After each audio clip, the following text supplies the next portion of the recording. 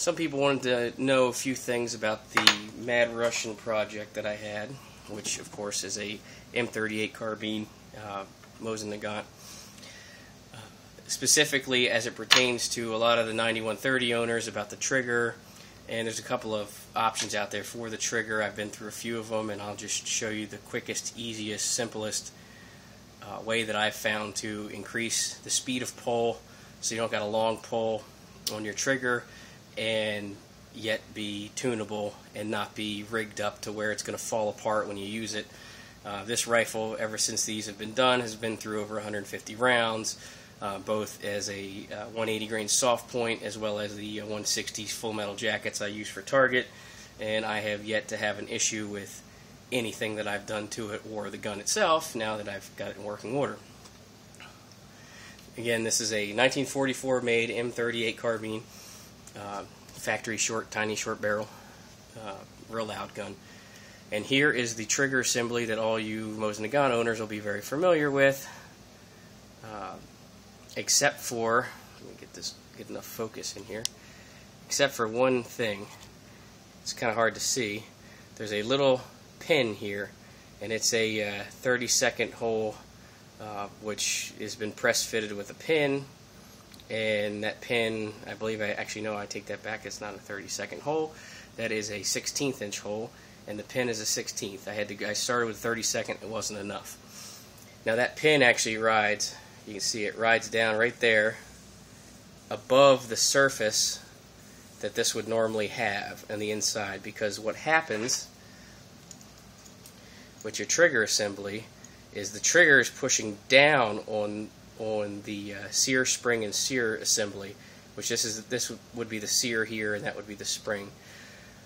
Increasing the distance above this on the trigger to increase the radius slope front to back will speed the way that pulls. Okay, once you get that to where the speed you want, you can then tune the top of the sear. Don't forget to get another one. Numerage has them. That's at gunpartscorp.com. You can order them. I believe they're about $10, $10 to $15. Order an extra one or work on your extra one so you still have your original. And then you polish the top of this, the top of the sear spring itself, and that will eliminate any stiffness. And then you can go back inside here where you put your pin in and take your stone or your file and curve your radius till it's exactly what you want, till it's exactly where you need it to be. And of course, while you're doing that, why not throw a nice contour on your trigger, which is easily done with either filing it by hand or actually using a grinder and cutting it down and then going through and re-bluing it. This has been re-blued, so you can't see where I ground it down. I don't like them super thin. I just like them to be a nice soft taper here, and I took out a little bit of its bump here and brought a little bit of it in here and kind of sculpted this to a flatter tip instead of a rounded tip. So it's just a little bit of a preference thing on there.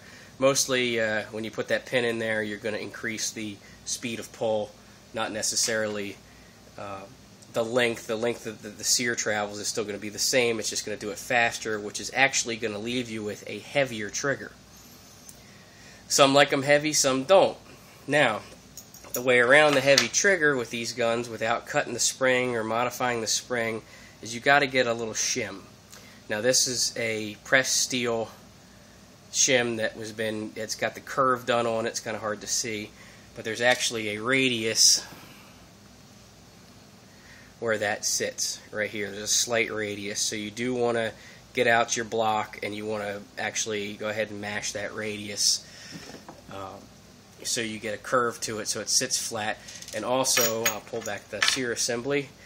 The bottom of the sear assembly has a radius to it, so you want it to match that and that. That way there's no side-to-side play. You want to have a radius on the top and the bottom of that, and if you match it to where it sits on the action itself, it's going to be fine where the spring sits.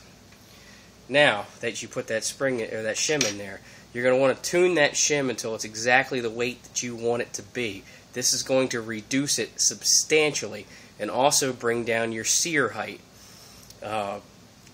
you wouldn't think that that little teeny tiny, I mean, we got a 30-second here. I mean, actually, it's just a little hair over 30 seconds. You wouldn't think that that little tiny piece of metal would do much, but it's bringing down the sear down, and it's also, by bringing that down, your trigger's hitting this at a different point, and it's actually reducing the whole weight of this spring here, and in the distance it has to travel. Now, once you're happy with that, you can do this in the rifle as well. You then take your stone and grind down the tip of your sear, making sure you still have a sharp, super sharp edge on the back of that. Because without that sharp edge, it's going to end up releasing the bolt. You need a sharp edge in the back, and you take this down, follow this angle as a guide, keep the same angle. Take it down little by little with your stone. I mean, you're talking thousandths of an inch at a time.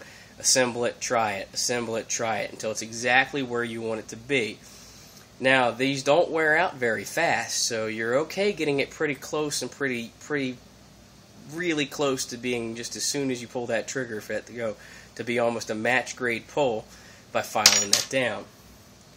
Once you're done that, I'm not going to show you the reassembly, because of course if you took it apart you should be able to reassemble that, but once you get it all back together, and when you put that pin in, you will have to assemble your sear through here like this now.